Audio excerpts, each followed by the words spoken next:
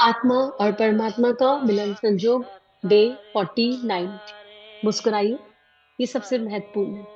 किसी भी साधना से पहले, किसी भी स्वाध्याय से पहले, किसी भी अनुष्ठान से पहले, किसी भी कर्तव्य कर्म को करने से पहले, किसी भी दैवीय कर्म को करने से पहले अगर हम मुस्कुराएं अपने इष्ट का स्मरण करके, तो वो कर्म अपने आप अनंत गुना होकर रेडिएट हो जाता है। तो अपने हृदय में स्वयं को मुस्कुराता हुआ, खिलखिलाता हुआ देखिए और भावना कीजिए कि हमारे सामने हमारे इष्ट है, हमारे सामने जगत गुरु है, जिनके भीतर सारा ब्रह्मांड समाया है। और वो जगत गुरु स्वयं हमें पढ़ा रहे हैं, हमारे स्वयं का अध्ययन करा रहे हैं। स्वाध्याय अर्थात स्वयं का अध्ययन, अपनी आत्मा का अध्ययन, अपनी आत्मा के और निकट। और ये यात्रा ही है आत्मा से परमात्मा के मिलन संजोग की। और स्वयं हमारा इष्ट हमें अपने पास इस स्वाध्याय के माध्यम से बुला रहा है। और ये केवल हमारे लिए नहीं, समस्त समष्टि में जहां तक भी ये स्वाध्याय जा रहा है, जहां तक भी दिव्य संतों की वाणी, ऋषियों की वाणी जा रही है, जहां भी गुरुदेव की लेखनी पहुंच रही है और जहां उनकी लेखनी पूरे विश्व ब्रह्मांड में स्वतः पहुंच रही है, वहां वहां हर आत्मा ऐसे ही मुस्कुरा रही है, खिलखिला रही है और अपने इष्ट से, अपने परमात्मा से, अपने प्रभु से प्रेम की बातें बना रही है। और फिर वो परमात्मा प्रेम प्रेम से, जैसे भगवान श्री कृष्ण ने कभी अर्जुन को सिखाया, उसी प्रेम से वो परमात्मा हमको हमारी दिव्य यात्रा का अनुभव करा रहे हैं इस स्वाध्याय के माध्यम से। पिछले स्वाध्याय में गुरुदेव ने बहुत सरल कर दिया, डिवाइन एफर्मेशन दी और बहुत सरल कर दिया और बताया कि हम साहसी हैं, तो हमारे लिए यात्रा कठिन नहीं है। हमको केवल इतना करना है कि हमको जो सुख है वो पदार्थों में नहीं ढूंढना, हमको बहिर्मुखी नहीं होना और अंतर्मुखी होना है। भीतर की ओर एक डाइव लगानी है, एकदम गहरी डुबकी लगानी है भीतर की ओर, नियम से। और केवल उसी चीज में रुचि लेनी है, उसी चीज की इच्छा करनी है जो हमारी आत्मा को कंट्रीब्यूट करे, हमारे आध्यात्मिक मन को कंट्रीब्यूट करे। आगे गुरुदेव लिख रहे हैं, अपना चिंतन अपने लक्ष्य पर नियोजित करें और कार्यक्रम का पुनः निर्धारण इस दृष्टि से करें कि यह जीवन परमेश्वर का है, परमेश्वर के लिए है और वही कार्य किए जाएंगे जो परमेश्वर द्वारा अपने लिए नियत निर्धारण किए गए हैं। कितनी दैव्य लाइन है। यह जीवन परमेश्वर का है, ये हमें पता है, ये हमने बहुत सुना है। और हम गुरु का कार्य करेंगे, ये भी हमें पता है, ये भी हमने बहुत सुना है और इसी को करने का अभ्यास प्रयास चल रहा है। लेकिन एक और लाइन, हमारे गुरु ने जैसा जीवन जिया वैसा हम जीना चाहते हैं, ये भी हमें पता है।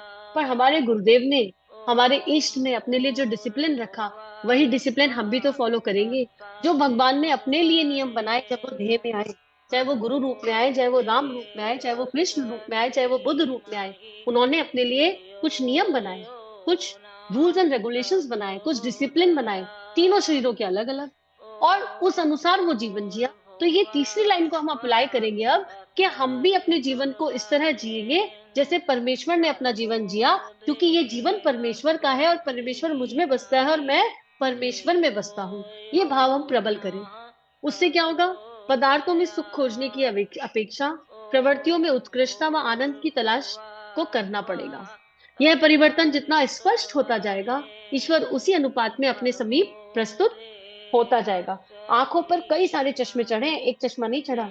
ईर्ष्या का, राग का, द्वेष का, छल का, कपट का, संग्रह का, मोह का, आसक्तियों का, लोभ का, अहंकार का, एक एक चश्मे की लेयर हटती जाएगी और जैसे जैसे लेयर हटती जाएगी, पर्दा हटेगा, पर्दा हटेगा, तो वो भगवान को सामने ही खड़ा है, वो तो समीप है, उससे ज्यादा समीप तो कुछ है ही नहीं। इसलिए ये यात्रा कहलाई जाती है। इसीलिए कहा जाता है कि इस यात्रा पर चलना है। हालांकि इसमें चलना कहीं नहीं है, इसमें कहीं जाने की आवश्यकता नहीं है, इसमें स्थिर होना है। और जो चलायमान मन हो गया है उसको रोकना है। तो भीतर की ओर स्थिर हो जाए तो सब कुछ अपने आप हो जाएगा। चिर संचित कुसंस्कारों से, दुर्बुद्धि और दुष्प्रवृत्तियों से जूझना, यह एक कठिन प्रसंग है। अब गुरुदेव की करुणा देखो। गुरुदेव कह रहे हैं मैं मानता हूं ये कठिन है। क्यों?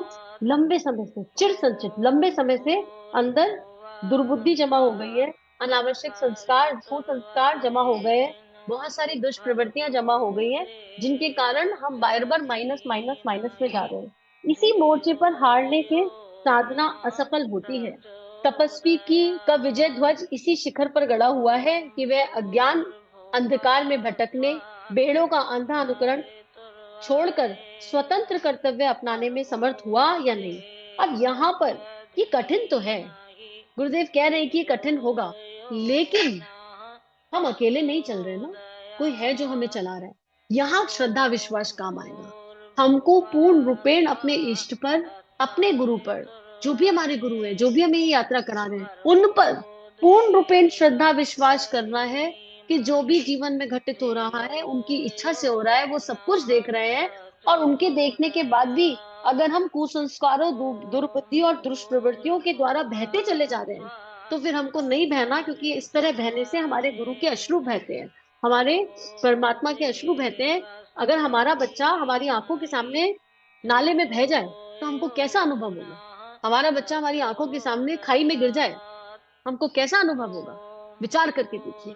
तो ऐसे ही जब हम इन दुष्प्रवृत्तियों रूपी नाले में बह जाते हैं, प्रवृत्त मन हावी हो जाता है, तब भगवान को कितना कष्ट होता होगा, सोच के देखिए, क्योंकि हम उनकी संतान है। यहाँ साहस चाहिए, और ये साहस का जन्म कहाँ से होगा? प्रेम, अपने गुरु के प्रति अटूट श्रद्धा विश्वास और अंतस में अनन्य प्रेम, अनन्य प्रेम, अनन्य प्रेम, कि नहीं, हम अपने परमात्मा को रोते हुए नहीं देख सकते। हम कुछ भी करें, हमारे गुरु के लिए हम उठ के खड़े होंगे, क्योंकि उन्होंने हमारे लिए अनंत जन्म, अनंत तपस्या की है, तप किया है। गुरुदेव लिख रहे हैं, अपना रास्ता आप बनाने की तपस्या, अपनी राह पर आप चलने की साधना जो कर सका, बहिर्मुखी दृष्टि को अंतर्मुखी बना सका, भीतर के आकर्षण प्रलोभन और बाहर के उपहास प्रतिरोध का जो सामना कर सका। ये लाइन बड़ी गहरी है। जब इस यात्रा पर चलेंगे, तो बाहर से प्रतिरोध भी बहुत आएंगे और उपहास का सामना भी करना पड़ेगा। लोग क्षण क्षण कहेंगे, पागल हो गए, पागल हो गए, बड़े पता नहीं जाने कौन से टेंजेंट पे रहते हो, समझ ही नहीं आती तुम्हारी बातें, तो मूर्ख हो। और ये नहीं कहेंगे तो फिर कन्नी काट जाएंगे, बात करना पसंद नहीं करेंगे। अरे यार कौन जाएगा, उनकी तो बातें ही समझ में नहीं आती। या फिर ये कह देंगे कि भाई हमारे लिए आसान नहीं है, आप निकल लिया, आप बड़े दिव्य हैं, उसमें व्यंग छुपा होगा। तो उपहास भी होगा, प्रतिरोध भी होगा, यकीन मानिए। लेकिन वो सब विकास के लिए होगा।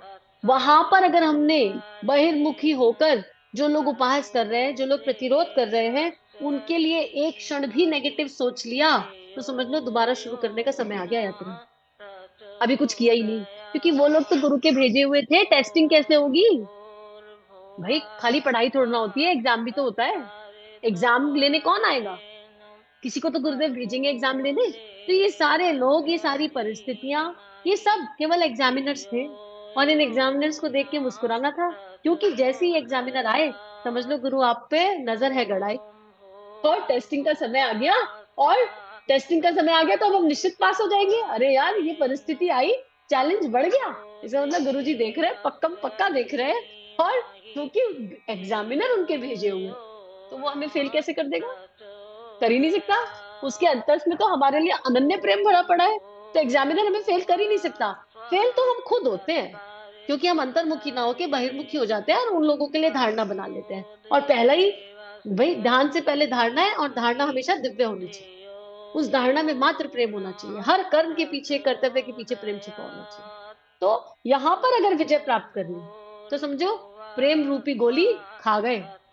वो प्रेम अंतस में है, और अब केवल मुस्कुराएंगे, हर समय मुस्कुराएंगे, मुस्कुराने के अलावा कुछ आएगा ही नहीं, कोई विचारणा ही नहीं आएगी, थॉटलेस स्टेट हो जाएगी। और ये अनुभव अनुभूति का विषय है, और निश्चित रूप से जो इस मार्ग पर चलेगा उसको ये दैवीय अनुभव होंगे।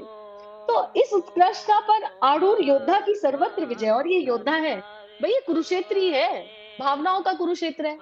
अर्जुन को एक कुरुक्षेत्र लड़ना, कुरुक्षेत्र में गीता का ज्ञान, श्रीमद् भगवत गीता प्रकट हो गई, वो कुरुक्षेत्र दिखाई दे रहा था, एक सेना इधर, एक सेना उधर। पर ये भावनाओं का कुरुक्षेत्र है, और इसमें हम योद्धा ही है। लेकिन हमारे सारथी परम पूज्य गुरुदेव वंदे मां है, हमारे सारथी स्वयं भगवान श्री राम, माँ सीता है, हमारे सारथी भगवान श्री कृष्ण, श्री राधा है। तो फिर कैसे हार जाएंगे? हार ही नहीं सकते, सवाल ही नहीं उठता। और अब हारने का मतलब ही फूलों का हार है। अब तो कोई कहता है हार गए, तो लगता है किसी ने हार पहना दिया, फूलों का हार है। भगवान ने इतना प्रेम बचाया, इतना प्रेम बचाया कि फूलों का हार आ गया।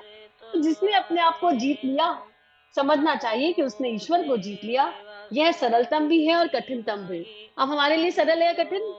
बताओ, मन मन में सोचो और मन मन में धराओ। ये तो बहुत सरल है, ये बहुत आसान है। क्यों? क्योंकि हमारा गुरु हमें ये दैवीय यात्रा करा रहा है, हमें भगवान वो दैवीय यात्रा करा रहे हैं। और जिस दैवीय यात्रा की हमको बहुत आवश्यकता थी, तो हम पुनः उस अफर्मेशन को दोहराएंगे जो कल रिपीट की थी। हम साहसी हैं, ये यात्रा हमारे लिए अति सरल है। हम साहसी हैं, ये यात्रा हमारे लिए अति सरल है, क्योंकि हम प्रेम का दिव्य शक्ति पुंज हैं। हम उस परमात्मा की दिव्य संतान हैं, और हम उसमें पूर्ण रूपेण विलय हैं। हम आत्मभाव से जीवन जीते हैं, हमारा दृष्टिकोण अंतर्मुखी है। हम आत्महित से जुड़े हुए निर्णय लेते हैं। हमारे आध्यात्मिक मन का प्रकाश पूर्ण रूपेण जागृत है। हमारे आध्यात्मिक मन का प्रकाश पूर्ण रूपेण जागृत है। हमारे आध्यात्मिक मन का प्रकाश पूर्ण रूपेण जागृत है। इसी के साथ आज का शुभ है गुरु चरणों में। इदम श्री सद्गुरुवे नमः। सभी को बहुत बहुत प्रणाम।